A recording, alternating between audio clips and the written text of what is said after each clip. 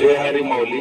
मी कृष्णा सुळे आणि माझ्या cycle rider Solapur या यूट्यूब चॅनल मध्ये तुम्हा सर्वांचं स्वागत करतो. सालाबाद प्रमाणे आमचा जो ग्रुप आहे तो आनंदवारी पंढरपूर याच्यामध्ये सहभागी झालेला आहे. आणि सर्वप्रथम या महाराष्ट्रामध्ये एक चॅलेंज होतं या वारीचं. त्या चॅलेंज मध्ये मेल कॅटेगरीमध्ये आमचे गिरी सर हे सर्वप्रथम आलेले आहेत. साधारण 12,800 किलोमीटर त्यांनी सायकल चालवले आहेत. आणि दुसऱ्या म्हणजे रंजना मॅडम फिमेल कॅटेगरीमध्ये फर्स्ट आलेले आहेत. आणि दुसरी आनंदाची गोष्ट म्हणजे आमचा सायकल रायडर सोलापूर हा ग्रुप महाराष्ट्रामधून 5व्या नंबर रँक मध्ये आहे. आणि अजून सगळ्यात महत्वाची आणि आनंदाची बातमी म्हणजे की या वारीसाठी आमच्या रणरागिणी पार्टिसिपेट करत असतात. आणि यावर्षी पहिल्यांदा या वारीमध्ये सहभागी झालेले आहेत doctor Aboli Velankar. She is a top most gynaecologist from Solapur. I think more than 3 decades she have experience in gynaecology. आणि त्यांची ही आजची जी राईड आहे सर्वात लॉंगेस्ट राईड त्यांनी पूर्ण केलेली आहे.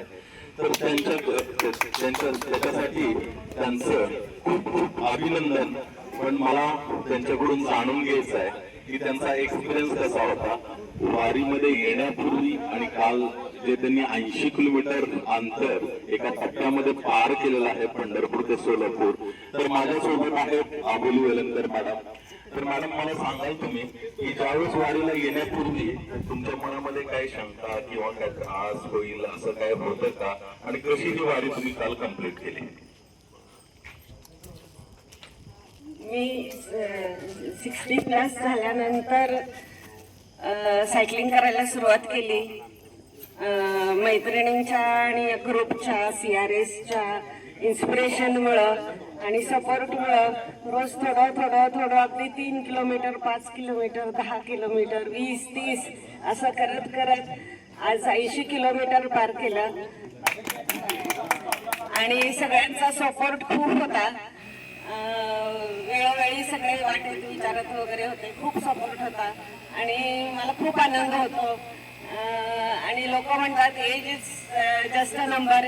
That is very true. कोणत्याही वयाला तुम्ही सायकलिंग चालू करू शकता आणि राईड्स घेऊ शकता.